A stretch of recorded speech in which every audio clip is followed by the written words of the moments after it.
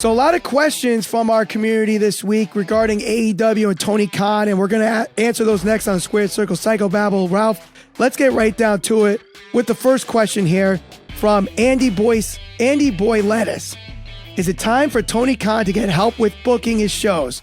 I think since Triple H took over WWE, AEW has been stale. Do I think Tony Khan should get some help booking? I absolutely do. I think that him acquiring Ring of Honor has only added more strain and stress to his shoulders than he already had before, especially because he is working with other promotions too. New Japan Pro Wrestling, Impact Wrestling, Ring of Honor he owns. So knowing that, that's a lot for one guy to deal with. I think that he could use somebody that has a little more experience to ensure that, you know, top guys feel special, top guys that are over get enough attention. A couple of things that I've noticed over the past, let's say several months, 4, 5, 6 months, however long, is people like to use this terminology, long-term storytelling in pro wrestling, and we love it, and we want to enjoy long-term storytelling. I think with AEW, fans kind of use that as a crutch because it spans from one pay-per-view to the next, knowing that there isn't as many pay-per-views. Look, just because a story is touched upon every third or fourth week, that doesn't make it long-term storytelling. I think that they need to do a better job of figuring out what are the main storylines, who's truly over, and putting those storylines or those people in positions where they feel special and they're relevant. Like you see them consistently. And I don't think we get that. Couple examples off the top of my head. FTR, probably the most over tag team in AEW, one of the best tag teams in all pro wrestling.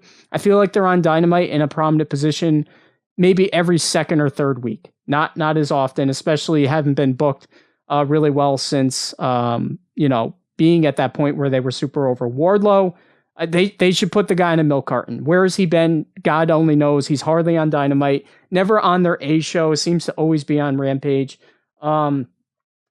Athena, Ethan Page comes out 4 weeks ago, 3 weeks ago, cuts that promo about how it's his time and why is he overlooked. Couldn't tell you why he's been overlooked because we haven't seen him. Adam Cole, Fish and O'Reilly, like they turned on the Young Bucks. What was that, 3 weeks ago? Where have they been? Where's the explanation? Even the little things like Julia Hart joining the House of Black. No explanation that I could think of. Anna Jay turning heel. No explanation that I could think of. Like, those are the things that I used to enjoy about Dynamite, where they used to focus on good storylines building week after week after week. And now it's kind of like there's so many people, so much they're trying to pack into one show that it's every third or fourth week. So can he and should he get somebody to help him with the booking? I think so, yes. Tony Khan does a great job at putting matches together and getting people paired up properly. His problem, well, and it's weird because like there's times where like there's been some really good stories told. Obviously the story arc with Hangman Page, MJF versus CM Punk, MJF versus Cody Rhodes. You know, there's been some good stories there, but I think now he kind of spread himself too thin with the acquisition of Ring of Honor, trying to push the Forbidden Door pay-per-view, trying to get people to do cross promotion and, you know, these guys are on Impact, these guys are in Ring of Honor, these guys are in New Japan. And it's kind of hard to book stories. And let's not, add to the point that there's been some top guys that have been gone with injury. Bryan Danielson was out with injury. CM Punk was out with injury. Kenny Omega was out with injury. Adam Cole was out with injury. And that probably threw a lot of those potential stories out the window. And who was the next man up? And I think the pivots have not been there. Yes, Wardlow was one of the most over guys after Double or Nothing, and that follow-up has not been there. Yes, he was on Rampage. He's defended the TNT Championship a couple times. But this is a guy that was so white hot. There should be no reason he should not be on Dynamite on a week in and week out basis. I agree with you there, especially the episode where it's in his hometown. Why is he not on Dynamite in Cleveland? Yes, I understand he defended the TNT Championship on Rampage against Ryan Nemeth, but what the hell is going on with him? you know? And and you brought up plenty of other examples. I think there's been some follow-up with Julia Hart. I think there was an explanation with Anna Jay on why she turned with Jericho. She cut one promo in the back. All of a sudden, she's choking people. Like, it's just, honestly, like, even with the Jericho Appreciation Society with her, like, she was in it, but then you hardly see her. Like, if you're gonna put people in certain positions, follow up on it, make it seem important, put those people over. Have they followed up on some storylines like Daniel Garcia and Daniel Bryan? Yeah, they have, or Bryan Danielson, whatever you want to call him. But to neglect the fact that they've just disregarded certain guys and certain stars and certain storylines, especially, I think one of the biggest things is knowing that, and this has been consistent now, the big debut, the announcement, huge announcement, the big debut, and then it's like they're ghosts. They are nowhere to be seen. They do not have that same momentum that they came into. Adam Cole, granted he was hurt, is one of those guys. Miro, Malachi Black, like these guys debut and it's like, oh my God, this is great. Look how great the roster is. And they just continue to lose steam week after week after week after week. And that's not because they're not special and it's not because they're not talented. It's because, one, you hardly see them, and two, it's like you see them every fourth week. You can't build storylines or you can't build stars that way, especially with a guy like Wardlow who was so over, like you said, and then you just kind of neglect it. No, I understand too. You might have some fans that say, that's just not the AEW brand. They're all about just having the best matches. Like, match quality is first, storyline is second, whereas the other promotion, storyline is first, match quality is second. And that's fine, but you still need a story to get to that match. You can have the greatest match, and we talked about Kenny Omega's promo last episode, and it's like you have him talking about Will Ospreay's 5-star matches and no one remembers them. Why does no one remember them? Because there's really no story to those 5-star matches. They're just good matches, And yes, it's one person's opinion giving him that 5 stars, but still, nonetheless, that's kind of what Kenny's getting at. And I think Kenny's philosophy makes a lot of sense. You could have the greatest match ever, but if there's no story leading to that match, who cares? Why should I be invested in that match to begin with? I think that's kind of where Tony has kind of fallen off the rails a little bit here and needs someone to kind of get them to that point. Even Vince McMahon had great right-hand men behind him all the time, whether that's Pat Patterson or Howard Finkel or Bruce Pritchard. Now, some might disagree with those names, but still, he always had people that he had that gave him ideas that led to those big moments. It wasn't just Vince McMahon thought of everything. Someone always pointed him in that direction, and he just filled in the dots. Tony Khan has the destination. He just needs help with the roadmap sometimes. And there's nothing wrong with that. But let's head to the next question here from Hermie Munster. Do you think it's time for Tony Khan to put his foot down with Jon Moxley and put pressure on him to stop appearing in these, this is his words in the question, outlaw indie shows that reflect badly on him and by association AEW? Allowing talent to appear anywhere and work anywhere when they're not working AEW is a big attraction for those that are willing to go out and do those things. I think that was always a draw for them, like this certain creative freedom to go and create and do whatever you want. So for him to just start saying no to that might be tough because you kind of lose that attraction that maybe got some people there in the first place. And they don't do house shows, so that's part of the problem too. Right.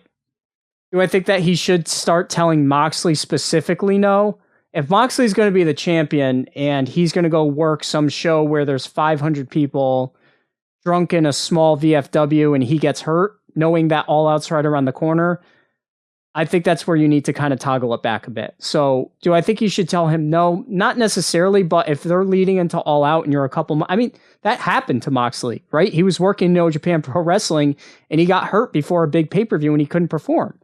So it's happened before to other people. So I think, yes, to a certain extent, he should start saying no to certain instances, especially if it's right around the corner from a big pay-per-view. And for context, those that don't know, it was supposed to be Moxley versus Omega at All Out. When Moxley was working the G1, he got a staph infection and could not perform at that All Out, and Pac had to fill in for that spot. So that's what Rob's talking about there. But that's the whole employee versus independent contractor debate too. If Moxley's an independent contractor, Tony Khan can't tell him, listen, you can't work these shows unless it's in the contract. Like, you can't work at, wherever. But that's kind of a weird debate to have. I have no problem, especially because they're limited dates. If they want to work other shows and other promotions and they're making extra income, I'm not going to say, no, you can't do that. I think that's more of Moxley's consciousness and, needs to think on the forefront. Listen, my bread and butter is working AEW and being on the national stage and making sure I'm there for AEW at all times. I probably should tone it down on the independent shows, doing certain things that might get me hurt. However, at the same token, you could also say he could get hurt at AEW. Just because the match happens in GCW or New Japan Pro Wrestling or whatever independent promotion he works at doesn't necessarily mean like it's going to more likely happen in an independent show than it's going to happen in AEW. Injuries happen regardless of the promotion.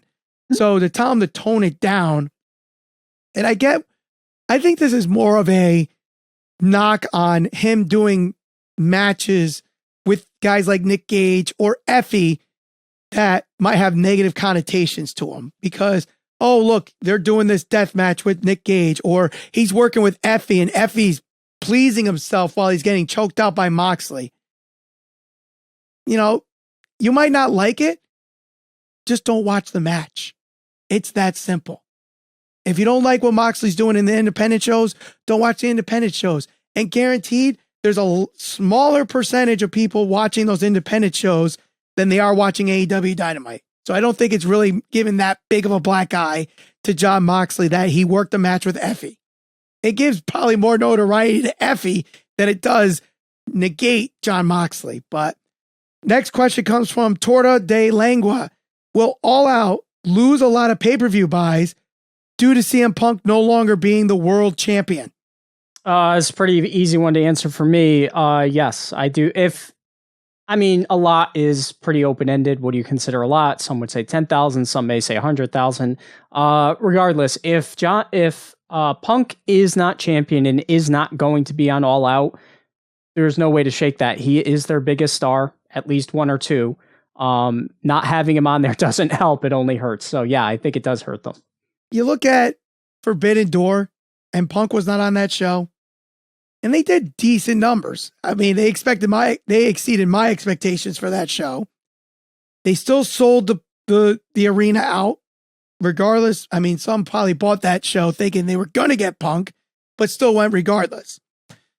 I said in the previous episode that AEW has their dedicated fan base and they're going to buy a pay-per-view regardless of who's in that main event. It could be Mr. Hanky versus Eric Cartman, and they could still sell that show out and still do a decent pay-per-view buy rate. I don't think they're going to match what they did last year's All Out, which was record numbers. So you're going to see a decrease regardless. Even if Punk was on the card, to have them hit 200,000 pay-per-view buys like they did that show, you'd love it for it to happen, but that's an outlier. That's, their peak numbers. And I think the momentum that AEW has right now, whether Punk is on the card or not, I think they're going to not hit that number regardless. Now, do they hit 150? They still might. 130? I think 120 to 130 is a feasible number for this pay-per-view, regardless of who's on the card. That's just me. And I'm sure people in the comment section might have better predictions, but I'm saying 120 to 130 is a good prediction there. But next question comes from Big C 187 Stevens. Is it better to strip the belt from either the men's or women's world heavyweight champion titles when they're injured, or then to have an interim champion? We've seen CM Punk, and the interim champion with Jon Moxley. We now see Thunder Rosa having to, she's not vacating the title, but there's an interim champion All Out with the Fatal 4-Way. Is it better to vacate the title or have an interim champion? I don't really get bothered too much by interim champions, mostly because I watch a lot of UFC and they do that pretty frequently. And I think it tells for a natural storyline. You know, once that person comes back, you don't have to do the whole thing where, all right, we got to build CM Punk back up. He's got to get some wins. It's like, no, he was a champion. He had to, vacate the title or whatever the case may be. We have an interim champion while he's out, and let's unify the title. So I think interim champions are fine. Whether it's labeled as the interim champion or the vacated champion that is the number one contender because he never lost the title, you're getting to the same destination anyway. There's really no different. I think some people might just don't like the term interim because it's not the real champion, but whoever wins that unification match anyway is the champion regardless. So it's the same thing, in my opinion. Next question comes from Shay Aganubi. Do you think people are overreacting with the recent success of WWE and AEW dropping a bit? I don't think people are reacting. I think you see people reacting who, pretty much the same way people reacted once AEW came to fruition. So, you got people who are excited. Think about this. People have wanted Vince McMahon out for a very long time for a number of reasons, and not even related to what he was actually kicked out for, shockingly. So people have wanted this change, creative change, putting new guys in different positions, more wrestlings, better storylines. So, and are we really the ones to say, hey, you can't be excited about that? I think that people are overreacting? If you say, hey, AEW is dead because WWE is putting on good content, I think that that's a stretch and a bit of an oversight, or overestimate, I would say. But I don't think that it's wrong for fans to be excited. Do I think that there's a correlation there between AEW producing content that's not as good maybe as it used to be, and WWE producing content that might be a little bit better than it used to be? Are they related? Not directly, but I don't think it's encouraging to see AEW kind of maybe going in the wrong direction while WWE is going in the right direction, because let's face it, some of the people that left WWE to go to AEW left specifically because of things that were related to Vince McMahon and the creative process and some of the things that they couldn't do and not being positioned right. And knowing that Triple H has that relationship with some of those guys from NXT or elsewhere makes it more likely that some of that top talent could jump back. So, I think that while they're not related, I do think that there is some relation there. WWE success should not be related to AEW success. That part I agree with, but I think the reactions to both really are two different reactions. Like, I think it's just because they're happening at the same time, people are talking about this. WWE getting better has no affiliation with AEW not being as good. And to say fans are overreacting to what Triple H is doing, I don't think it's not an overreaction. I think it's more of a honeymoon phase. It's like, look, Triple H is making the changes he wants it to be, and we're liking it so far. Wait till things don't go in that direction. Like, listen, everyone loved NXT, but as soon as they went on to 2 hours on the USA Network, people were saying that things weren't as good. That was under Triple H's, direction. And that's why AEW was able to beat them how many times in the ratings. And, at that time, AEW could do no wrong. NXT could do no right. WWE could do no right. Right now, the roles have been reversed, and it's a weird situation. Are we overreacting? Right. No. Fans are actually liking what WWE is producing right now. Fans are not liking what AEW are producing right now. It's just the nature of the beast. That within a month or two can completely change. That's just how it is. But our last question, speaking of, people moving the WWE and the creative direction or whatever, comes from Sam. Yep. With Triple H in charge and bringing in his own guys, what does this mean for Cody Rhodes when he comes back for injury? I think Cody will be fine. I don't think there's going to be any hiccup. I think he'll get right back on the saddle, get the spot where he once was. Him and Seth will probably finish up their feud Maybe at WrestleMania. I think he would be a favorite if he can make it back for the Royal Rumble. I wouldn't, if I was Cody, I wouldn't be worried at all. I'm not worried as a fan. I'm not either. I think, honestly, the story's there. Now the question is, do they continue the Seth story, or does it matter who the champion is?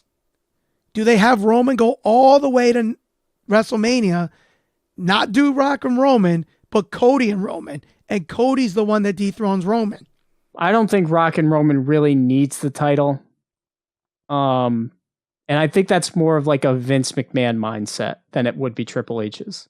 Who knows? I mean, time will tell, but it's going to be interesting to see how things progress here. But if you have questions for us that you'd like us to answer, we just offered memberships, and part of the perks that you get with a membership is priority for the questions answered on our Ask SCPB episodes.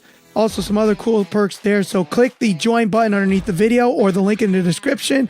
And if you can't afford the membership, no worries. Just subscribe, hit that bell for notifications. That's good enough for us. And we'll see you on the next episode of the Squared Circle Psychobabble.